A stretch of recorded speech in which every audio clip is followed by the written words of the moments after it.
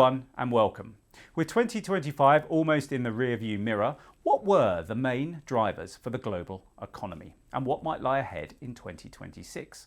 I'm glad to say that I'm joined by Saad Rahim to explain.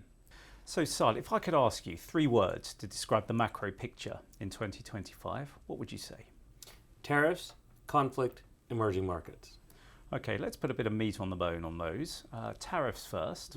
Well, I think fairly self-explanatory. I think that was the key driving macroeconomic narrative this year, right? We saw the imposition of tariffs back in April, and then kind of how that has impacted global trade flows, investment decisions, consumption, everything else throughout the rest of the year.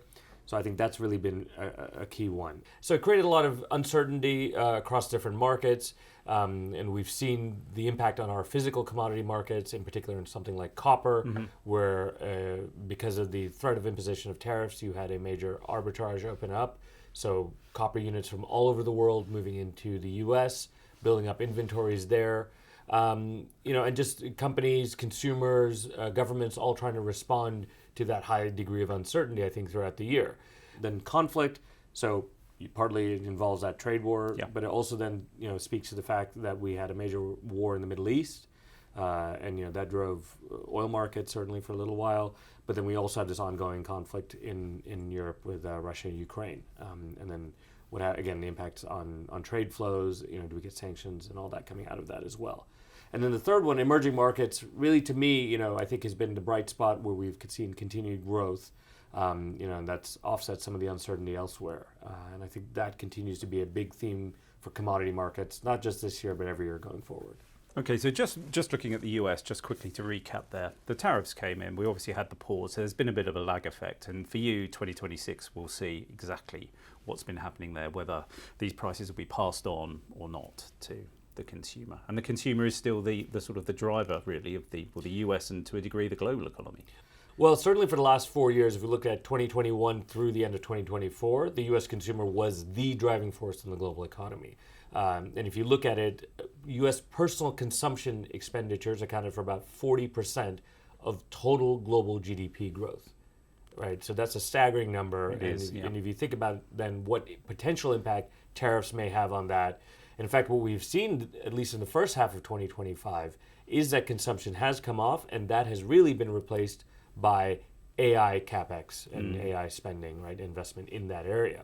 So again, a question of how durable is that? How sustainable is that? And if that does start to come off as maybe some of these spending plans for next year get dialed back, could we then start to see a real slowdown? Okay. Well, let's move away from the US and talk a bit about China now, because in your marketplace review, there's some very interesting observations on China.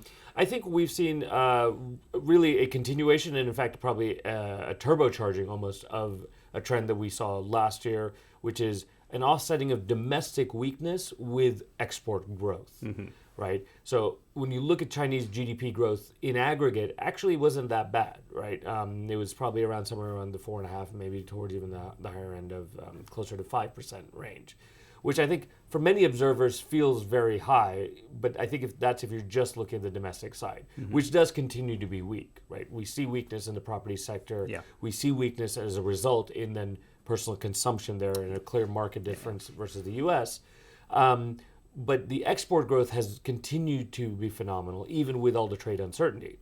In fact, Chinese exports to the U.S. are actually down about 25% year on year. Big number, yeah. Yeah. Yet Chinese export growth overall is up almost 7% year on year. Wow. And you think of how big a market the U.S. is, how important a market the U.S. is. So to say that you're down that much and yet has still managed to grow exports overall, it's telling you that China is now diverting its exports to other markets. And if we really want to look for bright spots, I think it's the fact that emerging markets are now starting to be able to absorb a lot of these exports out of China, right? So real demand weakness elsewhere. Okay, so we've covered the macro picture, but let's look at oil and oil markets. I mean, one of the overriding narratives of the year was this super glut. Is the super glut coming? Is it going to be with us next year? Or what's happening? Well, I think if we look at what is going to be driving, what is driving the expectations of that super glut, it's hard to see how we don't get there, barring some change to that.